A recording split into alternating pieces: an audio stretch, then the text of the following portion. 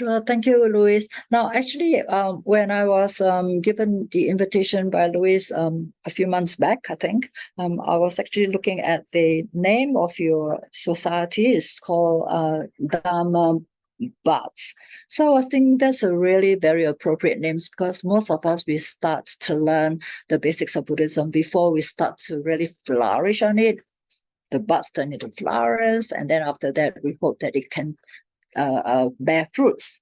And that, I feel, is actually a reminder for us to really walk that gradual path from the very basics right out to becoming arahant. That's our goal. Okay, so I'm not sure whether any of you who are, I'm not sure whether not any, but whether all of you actually are more inclined towards the Theravada tradition, or are we a mixture of the three traditions, which are always called MTV, the Mahayana, the Theravada, or the Vajrayana, right? So because for us in Singapore, I came from Singapore. So, and when I was a layperson, I used to actually explore my inclination, my direction, which one is more suitable for me. So of course, being in Singapore at that time, during my time, Mahayana was actually one of the focal point for many of us Buddhists to actually try to understand what Buddhism was about. It was not until 1980s that we were more exposed to the Theravada tradition when all the Sri Lankan monks started to come into Singapore. And we were able, those of us who were English educated, were able to actually fall back onto the English teachings of those Theravada monks. But of course, most of them, when they first came in then, the English were not as strong as those young monastics who come in now to Singapore. So we actually had this choice to try to understand in Singapore itself whether our inclination is more suited to go into Theravada or Mahayana or Vajrayana, which was what I did. I actually went through the three traditions. And because Theravada at that time was not very popular at that time in Singapore, most of the time, whatever directions I took, it was mostly Mahayana tradition that was giving a lot of teachings of the Buddha's suttas and all that. So of course we had no choice but to really go into the Mahayana tradition. Yeah. But right now I think in Singapore we have a lot of teachers from the three traditions, and I'm not sure whether most of you are exploring your direction by trying to understand each tradition as best as you can, not just superficial understanding, but really going into a deeper understanding of which tradition is actually more suitable for yourself. So this is why I thought that maybe tonight I'll just try to just introduce what I'm going to talk about during these 4 sessions, these 4 Thursdays. So for tonight, of course, is this exploration as to, is it here? Okay, understanding one's spiritual inclination. Okay, so I really like what Louise had captured here in the flyer. She mentioned finding my own path to practice, which Buddhist tradition should I follow? Now, tonight we shall try to understand a little bit about that. I'm not going to talk about that in detail because this is actually up to the individual to explore for themselves. The second session will be about the practice of the Noble Eightfold Path, which all of you, I'm quite sure, has already more or less come to some kind of understanding. And of course, there is one sutta which actually describes how one actually walks the path to completion. So I actually have more or less picked up one very suitable sutta to share with you. The third session will be the importance of right view, because as all of you are aware, the first of the Noble Eightfold Path is from right view, right? Without right view, the rest can't come to fruition. We will be doing a lot of wrong things if there's no right view. So what exactly is right view? We'll touch on that in detail in the future and in the third session. And of course, the fourth session will be finding progress on the path. How do we know whether I am progressing on the path or not? What are the indicators? Yep. So briefly, this is the 4 sessions which I hope will be sharing with you, and hopefully can bring some kind of benefits to any one of you who is joining us during those 4 sessions. So for that, I will just stop the introduction for the rest of the month. What I will dwell on today is really finding which tradition is suitable for us or for myself, for oneself. All right. So because I'm not very good with the technology and there's no way for me to really interact with all of you, I really find that it is not very easy for me to really see who is more inclined towards really going into the three traditions right now, or are you all basically into just the Theravada traditions, or are you all also exploring Mahayana tradition right now? I mean, most of us, not all, most of us probably in Singapore, most of us will probably start somewhere, right? When we have the first contact point. So I just want to mention that I do have the exposure to the three traditions when I was a layperson in Singapore. So what I found out was that we have the same teacher, we have the same basic teachings, we have the same goal, all right? Maybe not exactly the same goal when you talk about Theravada and the Mahayana or the Vajrayana, which I will call Tibetan Buddhism. Now, in the Theravada tradition, I think the goal is really just to gain Arahantahood, right? That is the basic goal of the Theravada tradition. But in the Mahayana, the final goal is actually to become a Buddha. But before one actually enters into the what I call the state of Buddhahood, one actually makes the determination to practice the Bodhisattva path. All right, and then of course the Vajrayana tradition is actually something very similar. As far as I understand, I may not have the correct understanding because I haven't really dwelled into details into the Vajrayana tradition. But from my understanding with my fellow Tibetan sister nuns who visit us every now and then, and through talks with other Vajrayana practitioners, right, we do understand that they too also are quite similar to the Mahayana tradition, where they also hope to follow the Bodhisattva path, and where the bodhicitta mind is really the focus of one's practice. Okay, so of course, in between all these similarities, there will be different kinds of what I call differences. First and foremost, it will be the suttas.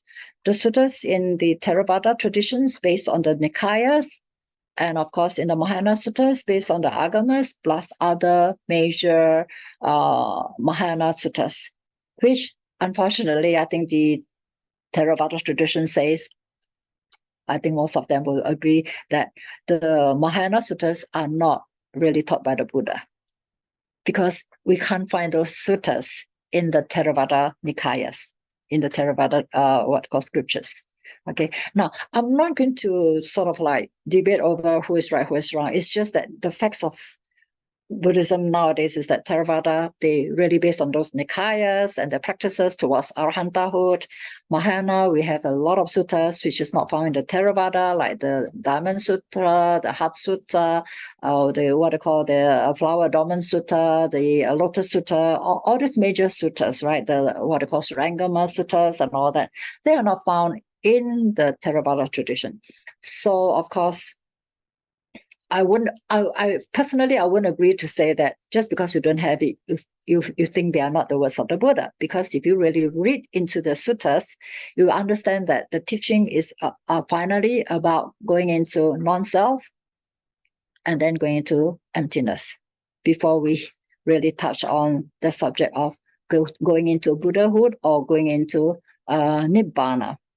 Okay, so the Tibetan tradition, of course, talks a lot about getting, maybe some may use the word reincarnation, or to be reborn into another role, to come back again, which is almost like the Bodhisattva vows, where they say that I really hope to be born again and again and again to be able to help sentient beings to be free from their suffering.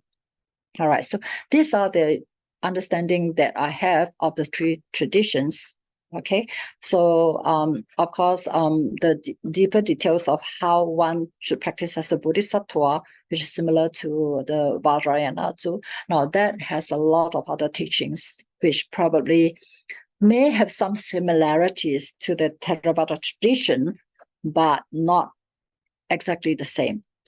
Okay, so for the Theravada tradition, I mean, personally, I came from the Mahayana tradition. I was ordained in Taiwan. Under the Mahayana tradition, I was actually trained in the Taiwanese monastic training school.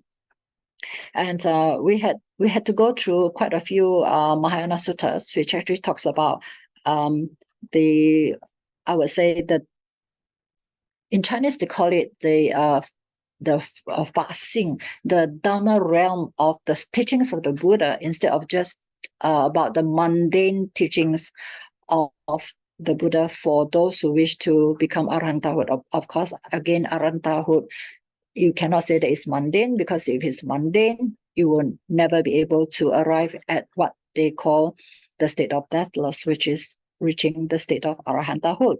So there are a lot of all these kind of debates ongoing to say that which is really the Buddha's teaching and what is supposed to be the Hinayana or Mahayana or whatever yana and all those things. I really hope that those of us who are practicing Buddhism and want to be the disciples of Lord Buddha will put aside all these yanas, differences of yanas and all those things, right? I feel that if we classify ourselves into any special kind of yanas, we are going to be quite discriminative, and it's not going to help us to break through, transcend into some deeper teachings of the Lord Buddha, which is to be at one with all beings. We are all interconnected. Okay, so there shouldn't be all these kind of differences. So let's put all those things aside first. But still, it comes back to the original question: which direction, which path is suitable for me? So I also understand from your what I call website that you have already invited venerables from the three traditions to give your teachings. And I'm quite sure that the most important thing for us to know is really to understand the Four Noble Truths, right? And the Four Noble Truths, of course, it entails certain kind of very special understanding that we have to first to understand, and then to practice, and then to realize. Okay. What I'm going to touch on tonight is just a very brief a recap on what the Four Noble Truths are, because these are all shared by the three traditions, the Four Noble Truths. I'm quite sure most of you have already more or less understood the Four Noble Truths, but I just have a very brief recap on why we have to understand the Four Noble Truths. Now, when we talk about the right view, when the Buddha speaks about the right view, in certain traditions, of course, Mahayana tradition, they talk about right view in the sense of mundane right view and supramundane right view.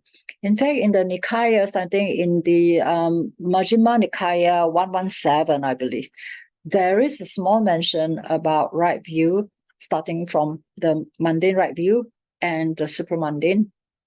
The difference is that the mundane right view doesn't lead us to enlightenment, but it leads us to doing something wholesome, right?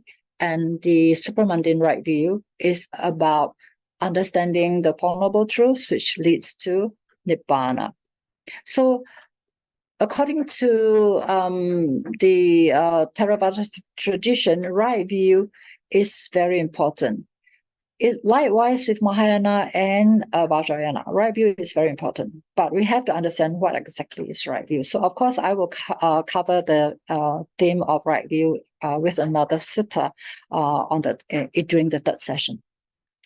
So just for recap, having right view about the Four Noble Truths, which is so important for us, I think what I want to focus on is what I call the emphasis on the three, what I call the three aspects, and the what I call, is that the three aspects? Let me get it. This one. The three aspects and the three aspects and the 3 phases and the 12 aspects. Correct. Sorry, I just sort of lost my train of thoughts. Yeah. Okay. So that one, have you all covered all these aspects of the 12 phases that you all want that we should know? I'll just go through. I'll just have a little go through with this one about something that needs to be understood, right? Something that needs to be abandoned, something that needs to be realized, and something that needs to be practiced, right? So these are the 4 phases. I just can't remember the term for it. Okay, 3 phases and 12 aspects of the Four Noble Truths. All right. The first one is something that needs to be understood. Okay, the noble truth, which is called suffering. So we all know that there are all these 8 factors of suffering. So the Buddha actually hoped that we can understand all these 8 factors of suffering, and hopefully that we really understand them, we know them, we really understand them, and then after that we really having fully understood, right, then there will be what the Buddha mentioned, arise in me wisdom, vision, and insight and light. So that is the first thing that we have to understand, the first truth of the suffering. The second thing is, what is the cause of the suffering, the second truth, right? So this is something which is described as, sorry, this is actually,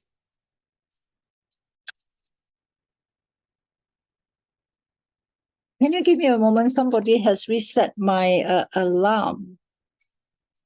Definitely. Just please give me a moment. Okay. Yeah, no problem, Ayya. Okay.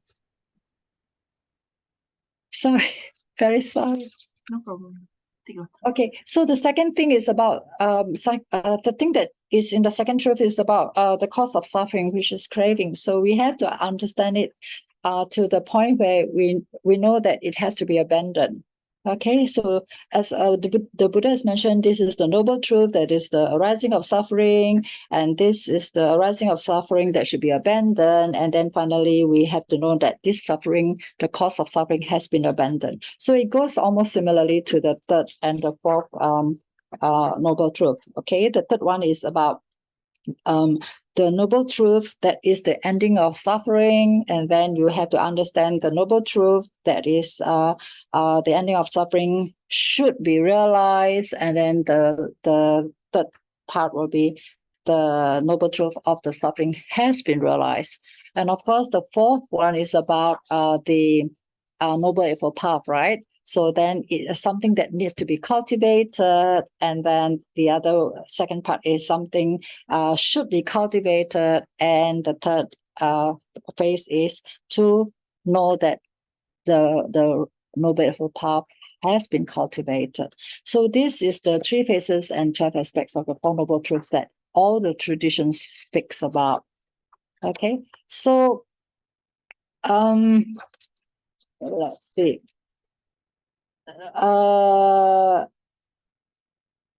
After understanding this 4 truths, right, a lot of us actually, I mean, I've gone through this myself. I know that sometimes I thought that I really understood all the 4 noble truths very well, but really, if we really want to go into details, you really have to understand a lot of the causes and conditions leading to all these 3 phases and 12 aspects. So, whether to know which direction one should take, right? First and foremost, I think it's very important for us to realize whether we are stagnating into merit making, or are we actually pursuing a course which really generates the arising of wisdom for us to go into the the deeper understanding of what the Buddha wants us to understand and practice. You see, our experience with oneself as a layperson, and also after becoming a monastic, our experience with the people around us, a lot of time you can see that many of us are actually doing merit making, but how many of us really are dwelling into the path that leads to enlightenment? So this is the question that we hopefully will ask ourselves and be truthful about it, whether we are just stagnating into what they call punya, merit making, or really generating wisdom. So are we really on the path of purification, which will lead to renunciation, which will lead to awakening? Are we already treading on that path? Are we able to realize the urgency of getting out of our suffering? Or are we still doubtful whether we are able to make it or not, whether we should take that path or not towards renunciation? Because at the end of the day, when one understands the teachings of Lord Buddha, one will start to renounce. Whether you renounce in the form of a laity, in the form of a monastic, or whether you renounce even with the form of a laity, this is something to do with the mind and the heart. But that renunciation will take place. Yes. So this is how you have to see whether the choice of the direction is actually leading you towards renunciation or not. Renunciation comes in a very gradual process, but it will take place voluntarily, not through willpower and not through what I call forced by others or forced by our precepts and all those things. It comes voluntary because of the understanding of the teachings of Lord Buddha. So all those things we have to be very mindful about and also to be truthful about. Okay, so for a person to move forward on the path of purification, right? First we have to, I think most of you would have heard the Chinese teacher saying that when we actually want to listen to the Dhamma, we actually have to 闻思修正, right? 闻思修正, meaning you have to listen and then you have to contemplate on it, and then you have to use it into your daily life, and then you have to realize the results of those practices, right? So likewise in the Theravada tradition, it also has been mentioned in the sutta. So tonight, I think I'll share with you one sutta, which is found in the Anguttara Nikaya 3.30. Do I have it here? Okay, yeah, it's called Anguttara 3.30. It's called inverted. In Pali, it's called Avakija Sutta. Okay, it's called inverted. Now, when I read through the sutta, you probably will understand why it is called the inverted. So usually we like to base our teachings on a sutta by reading through, and hopefully we can actually just try to relate it to our daily life. Yeah. Okay, so let's see. This is which one? Okay. All right, so this is called the Anguttara Nikaya 3.30 inverted. Now, I'm going to read the sutta so that you can understand it more, so that you also understand that this is a sutta spoken by the Buddha and not invented by Ayya Upekkha. It's not a very long sutta, so I can read the whole thing. So here we go. Because there are these three kinds of persons found existing in the world. What three? The person with inverted wisdom, the person with lap-like wisdom, L-A-P, lap-like wisdom, and the person with wide wisdom, W-I-D-E. Okay, so the Buddha continues. And what bhikkhus is the person with inverted wisdom? Here, some person often goes to the monastery to listen to the Dhamma from the bhikkhus.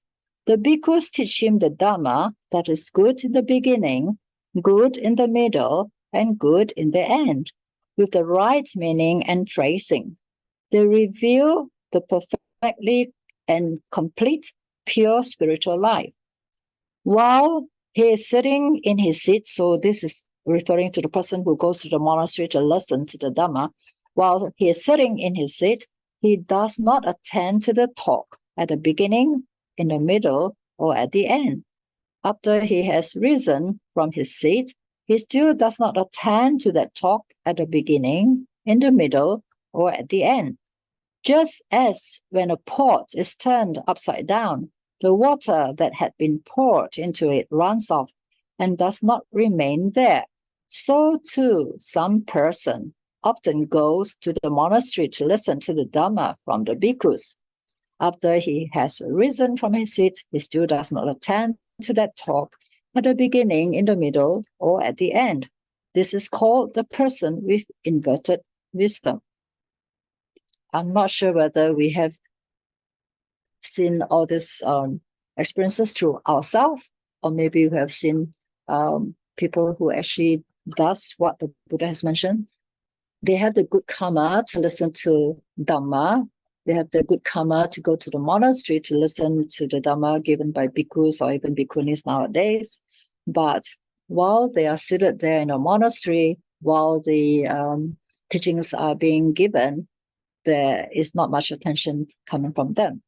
They probably may be thinking of other things that is inside their mind, or having a lot of other kind of fantasies, or maybe just discriminating, or just trying to see whether, this is a good monk or a good nun, or I'm not interested in this talk. There is such a yucky talk and all this kind of stuff.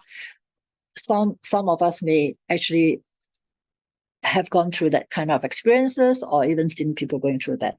So after listening to the talk, even after you have listened to the entire talk, when you leave the Dhamma hall, when you leave the monastery, you still have not much understanding of what the talk was all about.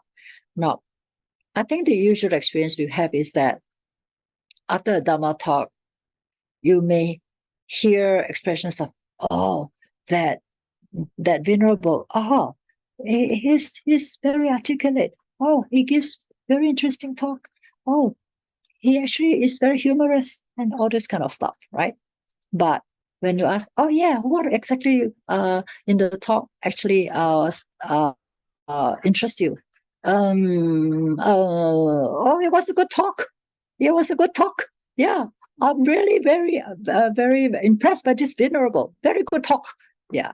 So I think this is what the Buddha meant by having one with inverted wisdom. Yeah.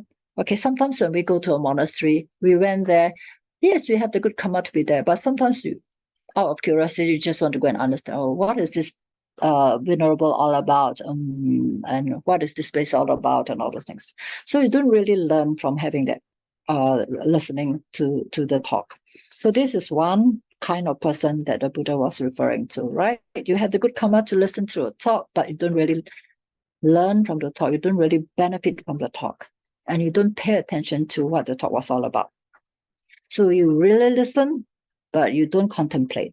If you don't contemplate, you definitely won't be able to apply it in your daily life. Yep. So let alone having the realization of the Dhamma. Now, what is the second type of person? The type of person that the Buddha labels as LAP, lap-like wisdom, LAP. Here, some person often goes to the monastery to listen to the Dhamma from the bhikkhus. The bhikkhus teach him the Dhamma that is good in the beginning, good in the middle, and good in the end, with the right meaning and phrasing. They reveal the perfectly complete and pure spiritual life. While he's sitting in his seat, he attends to that talk at the beginning, in the middle, and at the end. But after he has risen from his seat, he does not attend to that talk at the beginning, in the middle, or at the end. Just as when a person has various foodstuffs strewn over his lap, sesame seeds, rice grains, cakes, and jujubes, if he loses his mindfulness when rising from that seat, he would scatter them all over. So too, some person often goes to the monastery to listen to the Dhamma from the bhikkhus, but after he has risen from his seat, he does not attend to that talk at the beginning, in the middle, or at the end. This is called the person with lap-like wisdom. Okay, how does that apply to us in our daily life? Right, so we go to the monastery to listen to the Dhamma. right? As usual, the Buddha's teaching, the Dhamma taught by the Buddha is always good in the beginning, good in the middle, and good at the end, right? So, right, this second type of person, so-called lab-like wisdom, he goes there, he really listens to the talk, right? But once he has finished the talk and once he leaves the Dhamma hall and out of the monastery, the Dhamma that has been listened by him is not retained. All right. Now, how many times have you actually experienced for ourselves, right? When we go to monasteries or those Dhamma talks held by those very popular venerables and all those things, right? So people are just going there, lining up to go in after the talk. They're lining up to come out and all those things. Then sometimes, you find those certain people with probably what the Buddha was mentioning, so-called lab-like wisdom, right? Immediately after the Dhamma talk, you're supposed to practice what you call loving kindness. You're supposed to practice compassion and all this kind of stuff, right? But I'm quite sure this is a very common experience you all face. When you get out of the Dhamma hall, sometimes you may find some people, hey, can you please let me go first? I'm very urgent. Yeah. Please let me bypass. Yeah. And sometimes when you have to do queuing up, hey, can you let me go and stand right in front? I have something very urgent to do. Yeah. Or whatever excuses, right? Or sometimes you'll be screaming at each other, hey, you haven't done this, you haven't done that, da da da da da da da da. Yeah. Just immediately after the Dhamma talk, right? Sometimes not even getting out of the monastery, just getting out of the Dhamma hall. We'll start to sort of like being quite how to say, abusive or not gentle or rude and all those kind of stuff.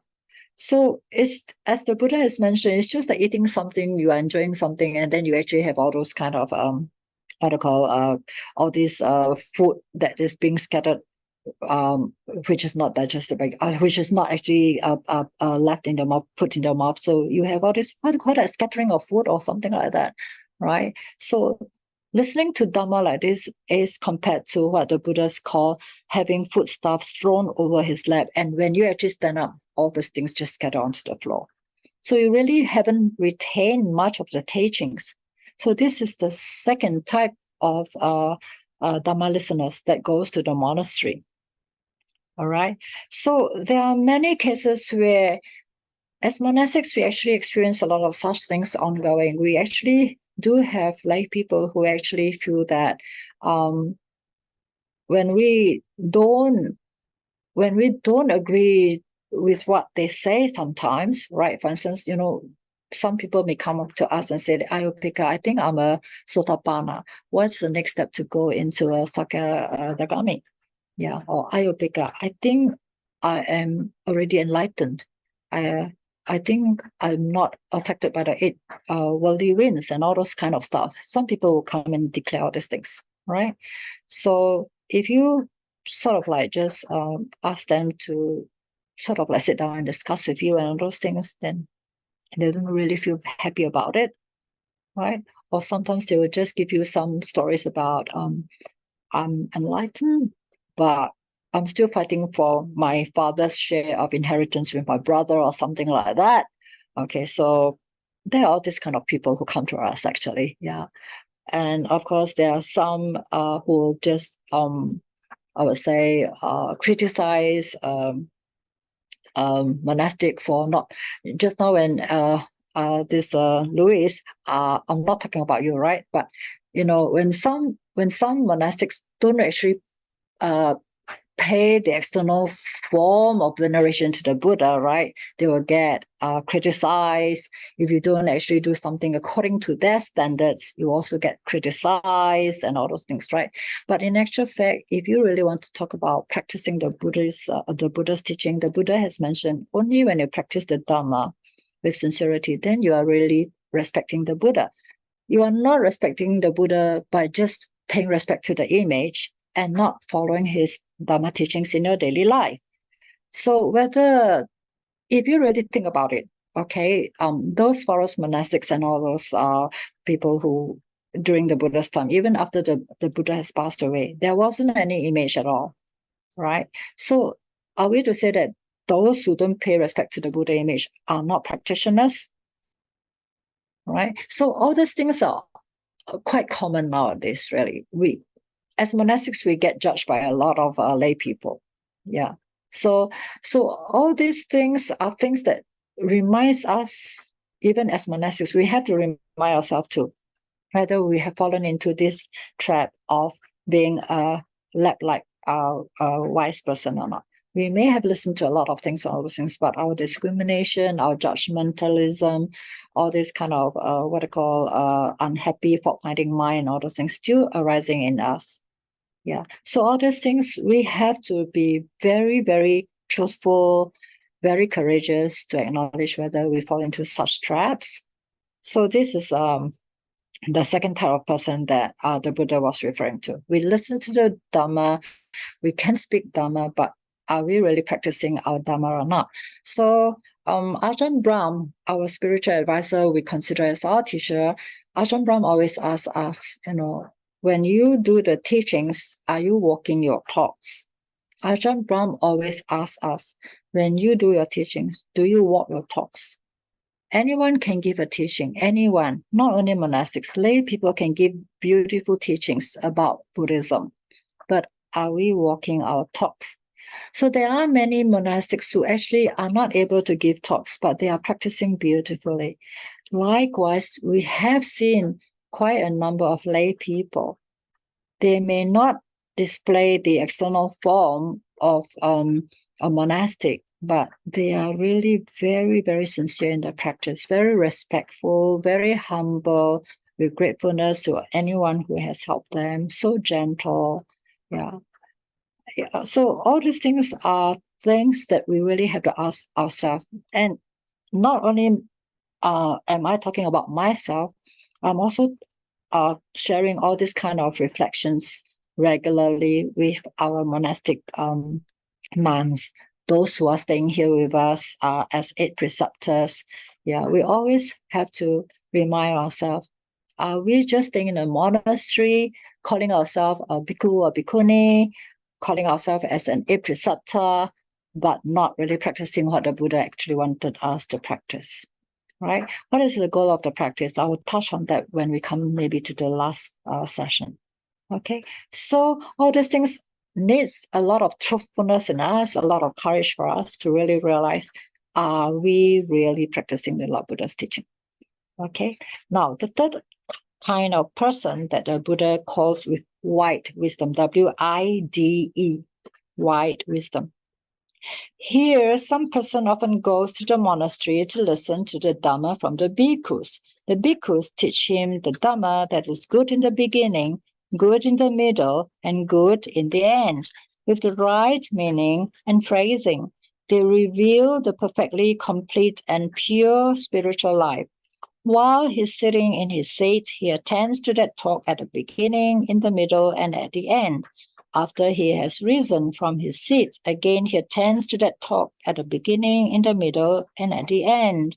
Just as when a pot is kept upright, the water that had been poured into it stays there and does not run off. So too, some person often goes to the monastery to listen to the Dhamma from the bhikkhus.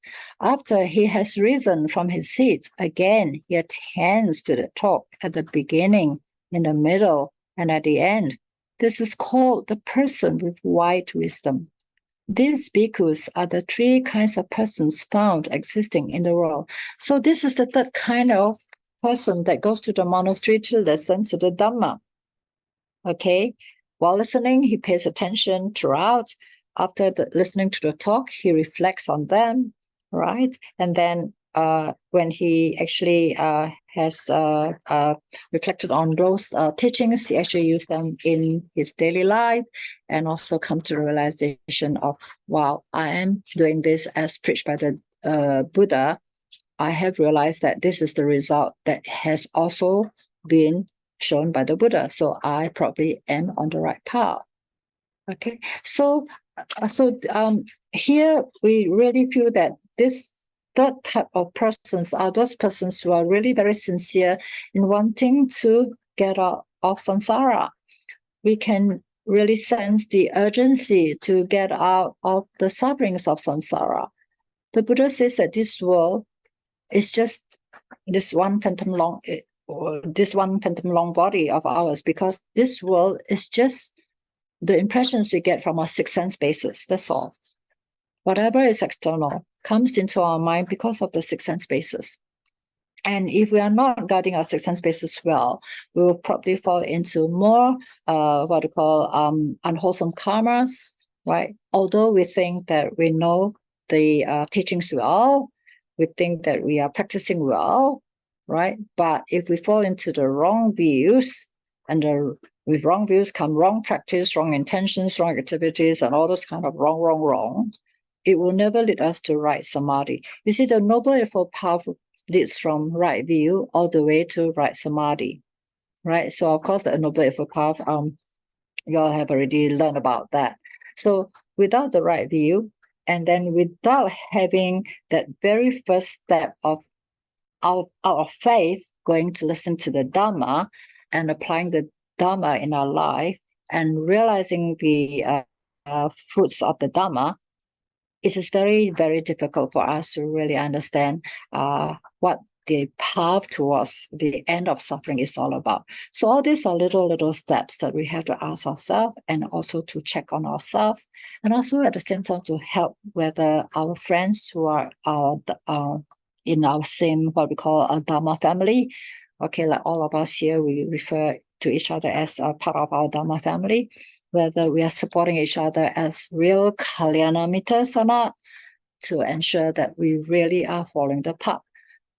And to really be on the path, one really needs to be very receptive to the guidance of our teachers, and also to the, I would call, teachings of our monastic friends or our Dhamma friends. It's not just monastics, even our lay friends who are staying with us too. Some of them may be able to point out some of our weaknesses. And if we are receptive to this kind of advices or feedbacks, most of the time we find that the path is open more widely for us to tread on, instead of being hard to, what the Buddha would call a person who is hard to admonish, not wanting to listen to good advice, and thinking too highly of oneself and all that. So all these things are important facts of life that we really need to be very mindful about before we can embark on the pure path of purification. So the Buddha actually took 45 years to speak about all the Dhamma, and it's very hard to cover all the teachings in a session. But because you have been listening to Dhamma for quite a long time, I hope that all these teachings that you have heard can all be understood clearly, and also to be used in our daily life. Because one can't just separate the stages of how one should practice the Noble Eightfold Path. It actually has to come together. And also, not only practicing the Noble Eightfold Path, are we really ready to accept the truth of the nature, the characteristics of nature? Are we really able to understand it? Are we really able to accept it? So we are talking about what the Buddha says, that everything is impermanent, right? Everything is impermanent. Everything is non-self, right? So because of all these impermanence and changes, and non-self is actually referring to something that is arising out of causes and conditions, which is really beyond our control, right? So because of the impermanence of the nature of things, and also the what I call uncontrollable nature of things, right? We have a lot of suffering if we cannot understand it, if we cannot accept it. So even listening to the suttas, even listening to teachings from our teachers, from bhikkhus, bhikkhunis, or even lay teachers, right?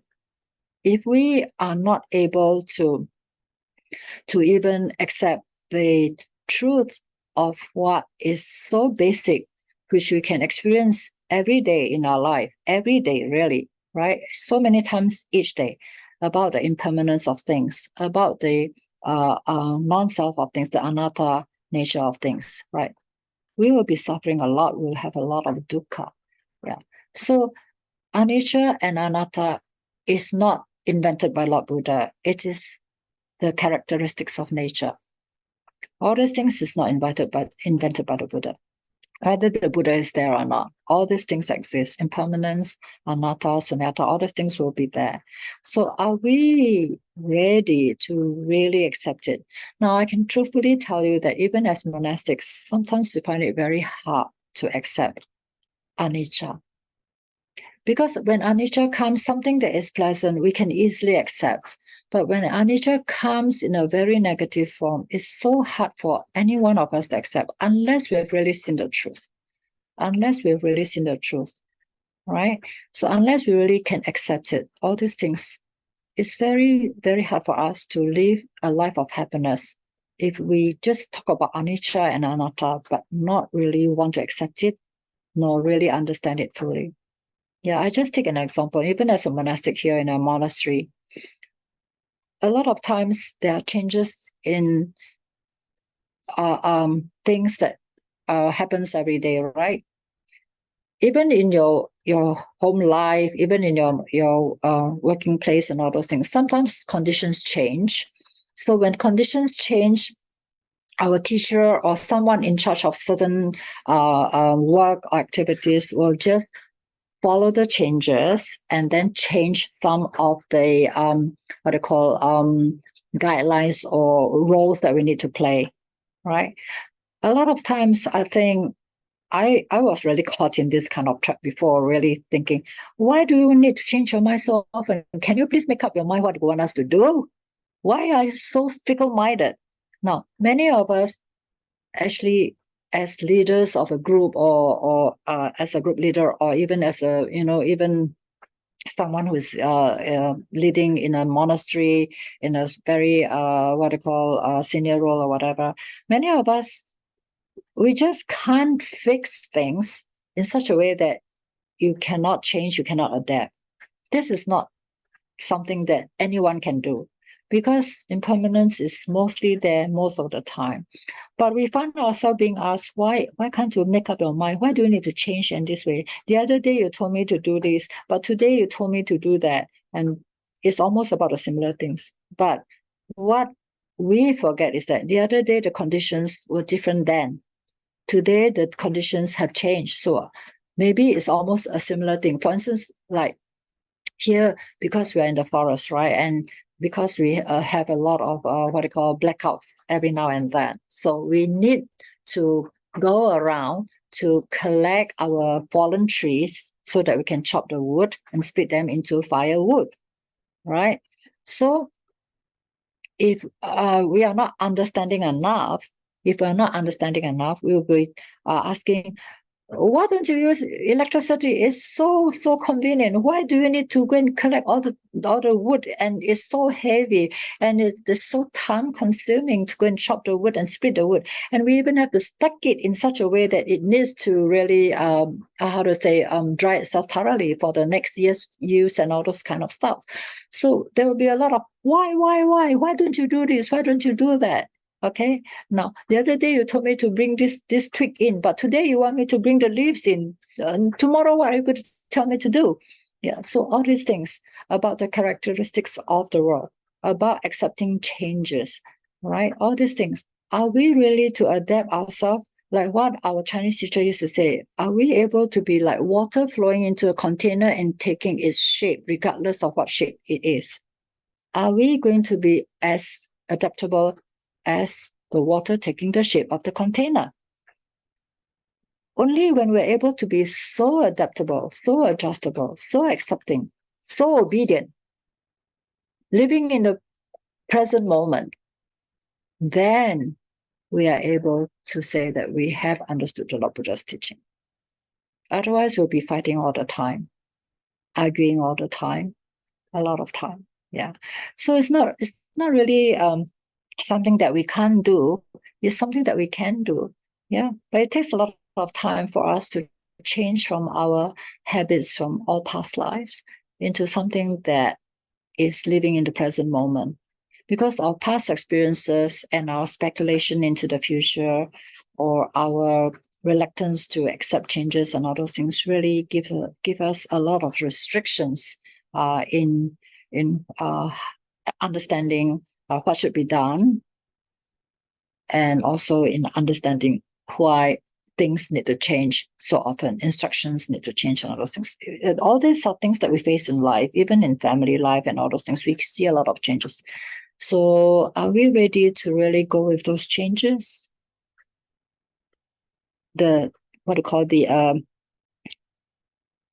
Tilakkhana in Pali. My Pali is really quite poor, although I'm supposed to be learning Pali. We just finished our Pali lesson when we reconnected with you, Louise. Yeah. So all these things are called the 3 characteristics of nature. Are we ready to really go into these 3 characteristics? Yeah. So the other important thing that we really need to understand is also about why we have so much suffering. It's also because of the clinging aggregates that all of us have to subject ourselves to, right? The 5 skandhas, as they call it in Pali, the 5 skandhas, right? So that comes with body and mind. So even this body, the body is made up of 4 elements. And also the mind, which is also 4-factor. Mind comes with feelings and perceptions and mental volitions and consciousness. All these 5 together makes up our so-called this person. This body and mind makes up this so-called person called like Ayya Upekkha, or you give it a Louis or how or something like that, Hua or something. Yeah, all these things. Are we really able to accept that we are just the 4 elements with the 4 factors of the mind coming together? Or are we always referring to ourselves as really an entity that we can control?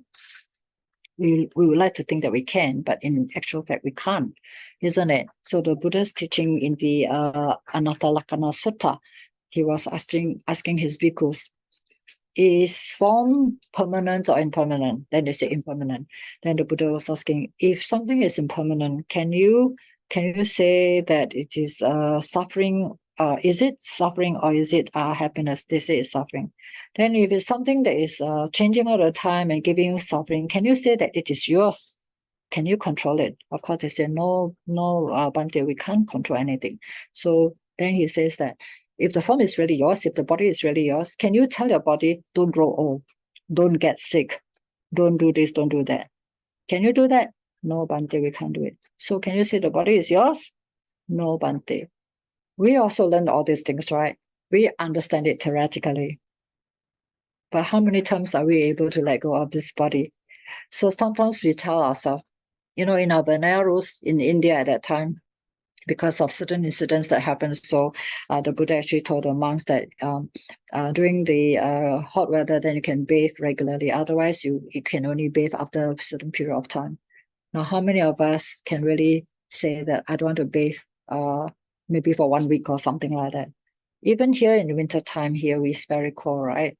Are we able to just let go of the body and say, oh, never mind, it's okay. I'll just live with you, dirty body. As long as you don't give me trouble, I'll just not take care of you. How many of us can do that? It's very hard. We really spend so much time just taking care of this body, right? So because we take it to be my body, and when we are threatened with some sicknesses and all those things, right?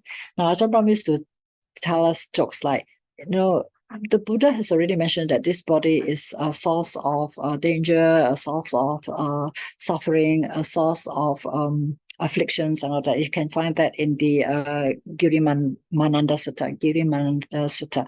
The Buddha said that this body is actually a source of all this kind of suffering. But how many of us really think that our body is a source of suffering? Can we really realize that this body is a source of suffering? If you work in a hospital as a doctor or a nurse or a caregiver, you may realize that. Yeah, but many of us, if we don't have those kind of insights or wisdom, We always feel that this body is really a source of attraction. We can use this body to do lots of things. But then again, without this body, we can't practice. Without this body, we can't practice. So, of course, in the Mahayana teaching, I really like the Mahayana teaching, which says that we're actually borrowing this false body to try to understand and realize the truth of the Buddha's teaching, which is about using this false body. You still have to take care of it to really go into the understanding of the Buddha's teaching, so that we can let go of this body, let go of this so-called the sense bases and all those things, until we can go into the state of deathless. Deathless meaning when there's no birth, there's no death. So they call it the nibbana, or the state of deathless, right? So these are the very gradual path that we have to go into with right understanding, with full understanding, with full application, with full realization. Frankly speaking, even as a monastic, we are trying our very best to go to the understanding and realization. Theoretically, we may know a lot of things. We can be sharing our knowledge with you. But as Ajahn Brahm say, unless we walk or talk, we haven't actually completed our training. Yeah. So yes, we have the blessing to understand enough to really let go of our householder's life, right? The Buddha says that once you want to go onto the path, you either let go of your householder's life or you remain as a householder, right? So householders has quite a lot of commitments and obligations for us to fulfill. But as a monastic, we have the blessings to really focus on practicing and understanding what the Buddha wants us to slowly embark on, to lead us towards the path towards full enlightenment. How many of us really are doing that? And that, of course, comes with another very important aspect of our training and practice, and that's called meditation. How many of us really spend a lot of time doing meditation? Now, not just sitting down, meditating in the 4 postures that the Lord Buddha has taught us, but while we are doing our daily activities, how many of us really do have that mindfulness of what comes out from our mouth, the speech especially, and also what we do with our body? How many of us actually are practicing mindfulness? And mindfulness, which is called sati, you also have to couple it with full awareness, clear awareness, sampajana. So sati and sampajana has to come together too. We have to be really aware, not only mindful, but also aware of what we are doing through body, speech, and mind. Through body, speech, and mind. A lot of times body, maybe some of our calorimeters can tell us we are doing some unwholesome bodily actions. Speech, again, our calorimeters can actually tell us we are actually doing some kind of unwholesome speech. But mind, unless someone can read our mind, there are practitioners who can really read our mind, right? Only we ourselves has to know whether we have a pure mind or not. So for us to really become pure, the pure state of mind has to be present there.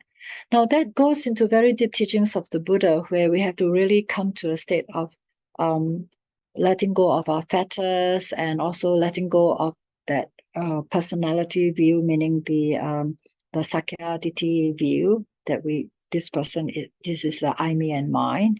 Yeah, all those doubts about whether we're able to be enlightened. Are we really able to meditate? Of course, there are lots of people who say that nowadays is the Dhamma declining period. You probably cannot get into jhanas, which is really not true, right?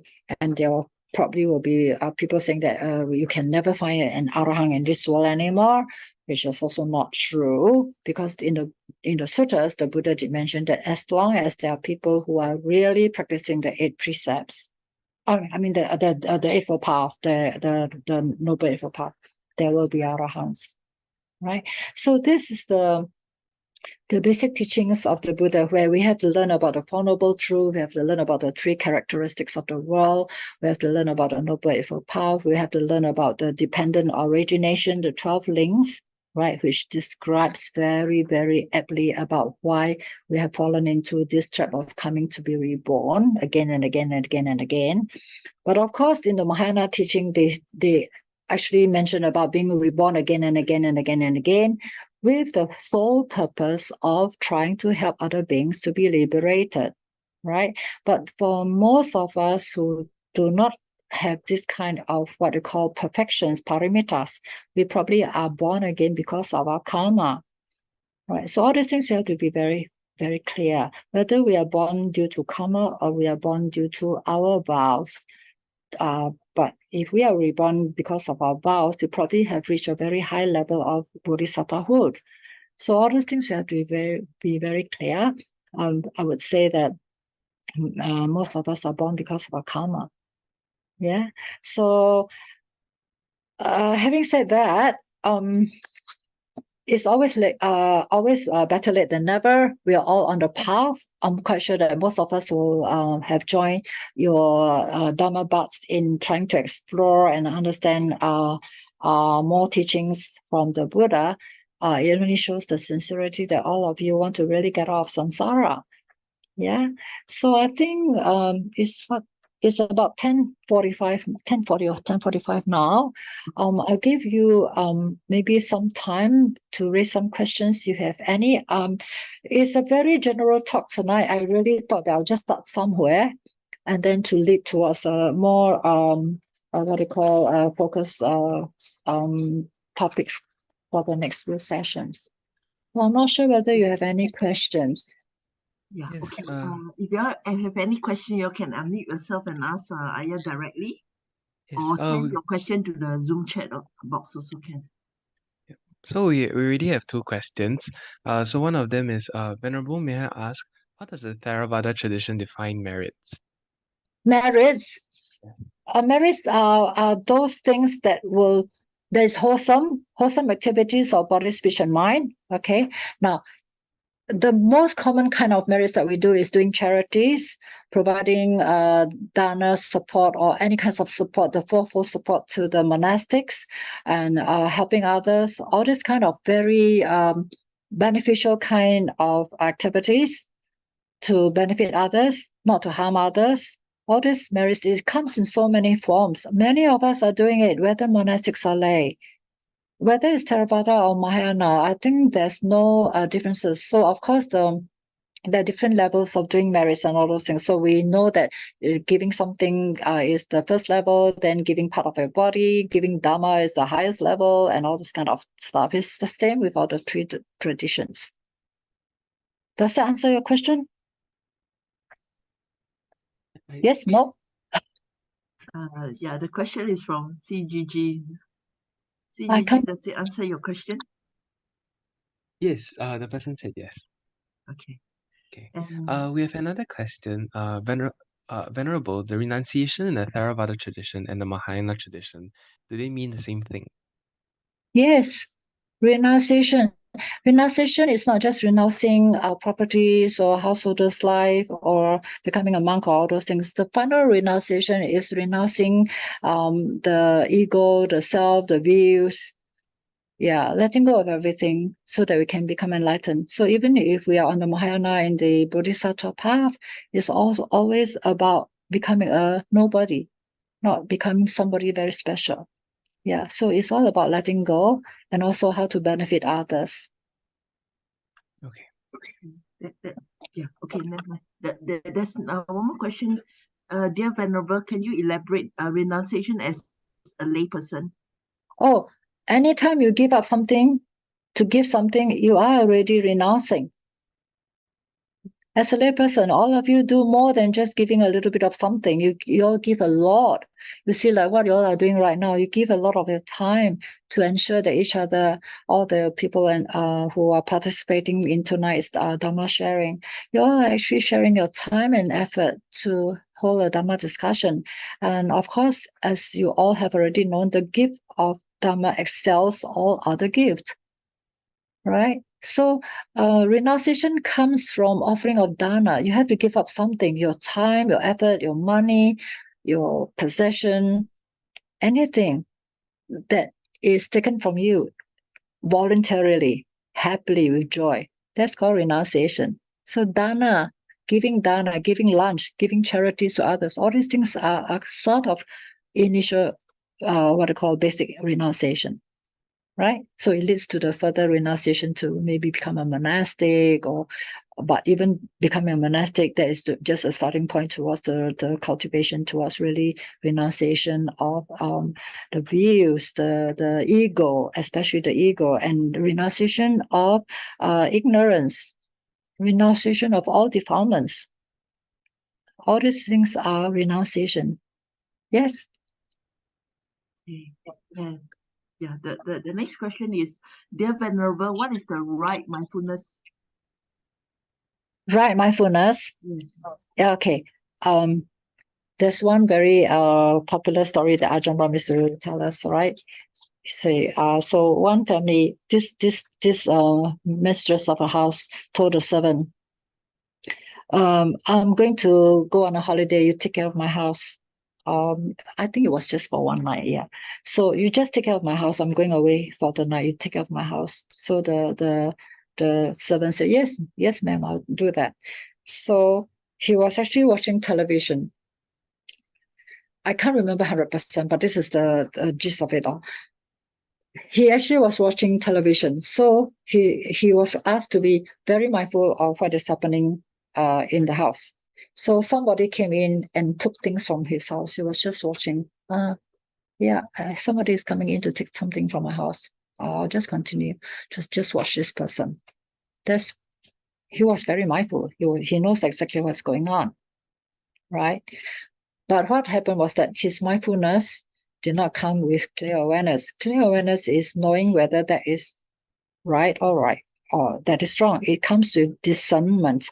Okay, not judging, but discernment. Okay, sometimes we mix the word judging and discernment up. Judging is really something that comes with negative emotions. But discernment is actually knowing what is right and what is wrong, what is wholesome and what is not wholesome. So this person just watched somebody coming into the mistress' house to take something away without responding. I'm just mindfully watching. Okay, whether it's right or wrong, he doesn't do anything to protect the mistress' property. All right. So that is really mindfulness using in the wrong direction. Right. So for instance, for us, our Noble Eightfold Path, we have to apply the right effort, which is also fourfold, correct? The fourfold right effort has to come with mindfulness, right mindfulness.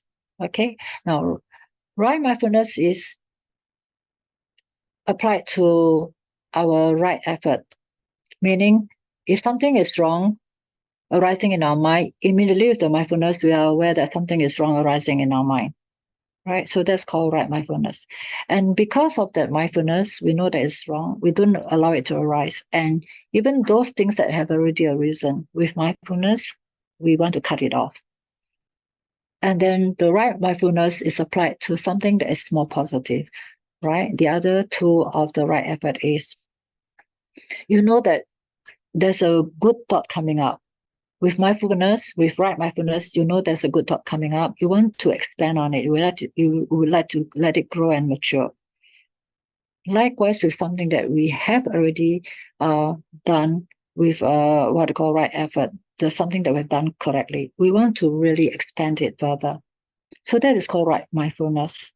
Wrong mindfulness is used in the wrong way. You are still mindful. Okay, so a lot of times when we talk about all this thing of samadhi, that, right, this, right, that, along the Noble Eightfold Path, it has to lead towards enlightenment. It has to lead towards awakening. I prefer to call awakening because if you really want to listen to the Buddha's teaching, all of us have the pure mind. We have the pure mind. The Buddha says that all of us can be enlightened. Right? Of course, Theravada say as long as you are an arahant, you are already awakened, enlightened. The Mahayana, of course, say that you have to become a probably a bodhisattva to an 8th level or even a Buddha, right? But before you become a Buddha, you are also enlightened. So I would prefer to call it awaken. Awaken to what? Awaken to the very fact that we are all part of nature. We're all part of nature. So what is the part of nature? It's something that I am not an authority to speak on yet, but I just have some kind of idea what our teachers used to teach us, that we're all part of nature. Yeah. So right now, if you talk about energies, interacting with energies and all those things, most of the time we are just energies interacting with energies. But because of our clinging minds from the 5 skandhas, we hold on to a body, as an entity. We give each other names and know each other by those names, thinking that that is I, me, and mine, all those things. So all those teachings we need to awaken to. That is that gradual path there of right understanding that we're all part of nature. Yeah. So right mindfulness has to be there for us to use together with what we call sampajana, which is clear awareness that being part of nature means there's nothing that we can hold on to say that this is I, me, and mine. Yeah. So all these things are things which will come gradually. If we really go into, I would say, jhanic stages, if one can meditate and go into jhanic stages, you can actually experience what it's like not to have a body. Yeah. So all this are experiential. It is not something that is theoretical. Theoretical is important for us to understand the teachings theoretically, but we have to experience the Buddha's teaching in order to realize his teachings to be the truth. So I hope I answered the question about wrong mindfulness and right mindfulness. Yes.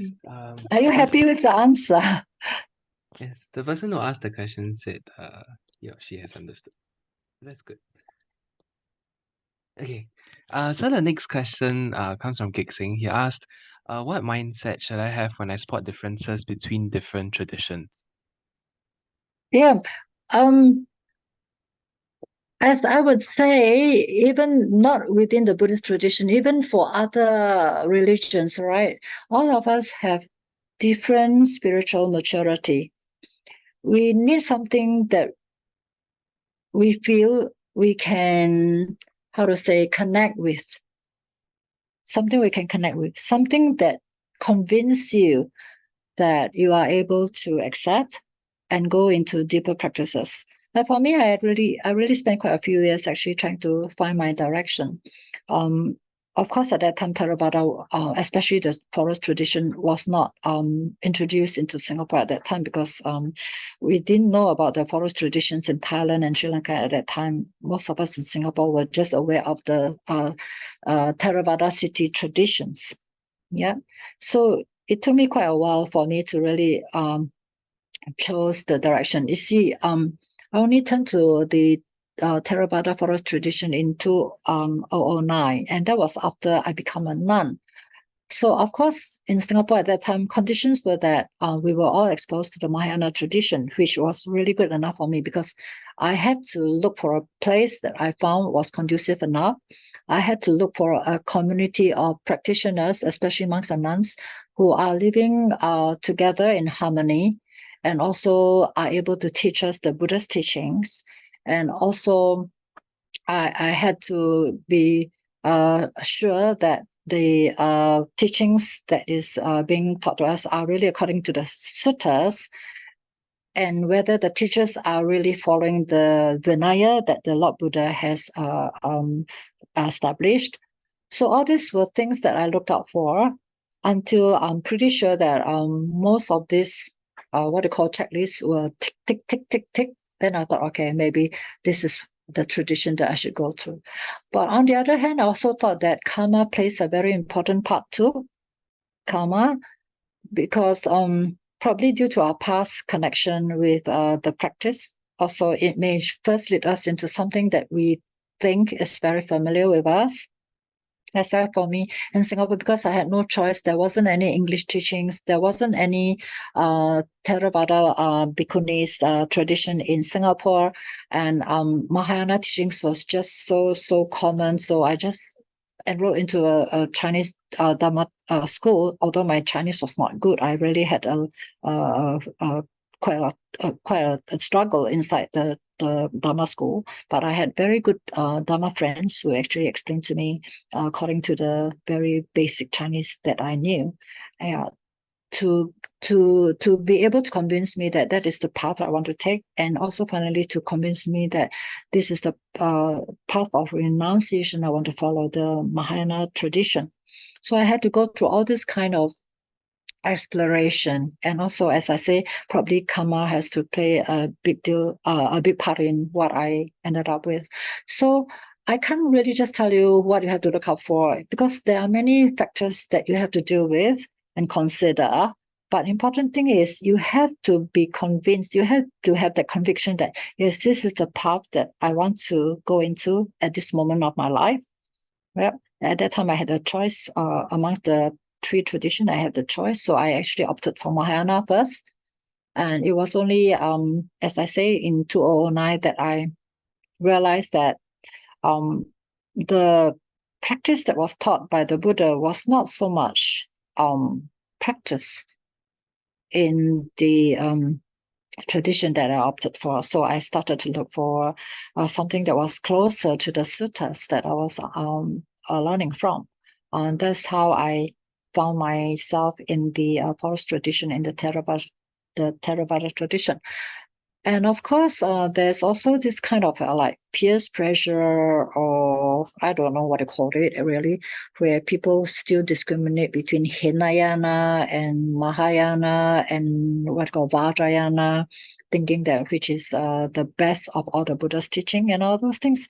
In fact, I would say that the Buddha's teaching is good in all the yanas. It's just how well you understand it, how well you are able to put it into practice. At the end of the day, whichever yana it is, you still need to understand that we're part of nature, that there's really nothing in us, there's nothing to cling to. We have to let go. How many of us can really let go? Even to just get into a good practice of meditation, it's all about letting go. It's all about renunciation to the highest level, letting go of everything, letting go of the self, letting go of views, letting go of inner chatters, letting go of all the 6 sense contact with external forms, how to really tame the mind and all those things. Yeah. So these are things that one has to explore. I came from a Catholic background. I went to a convent school. but I just never got converted. That's all. Something was preventing me from getting converted because I had too many questions that the church couldn't answer me. Even as a child, as a young teenager, as a young adult, I had too many questions that the Bible couldn't answer me, that the church couldn't answer me. That's why I kept on looking for answers. And I found it in Buddhism. Yeah. So, yeah, as I say, you have to, I would say, listen to your heart. Yeah. And also be more discerning and not just taking something which you think you like, or just following a person or a teacher whom you think you like. It's better to follow a community of teachers. It's better to follow a community of teachers. And there are reputable teachers in all the 3 traditions. You know who those teachers are. But whether they are reputable or not, whether they are really well known or not, again, is your karmic affinity with the tradition. Up to today, I still can't really force myself to go and practice according to the Vajrayana tradition, unless it's a tradition that gives me a lot of what we call meditation experiences. There will be some, there are Tibetan teachers who are really into meditation, but I just didn't have the affinity to connect with them.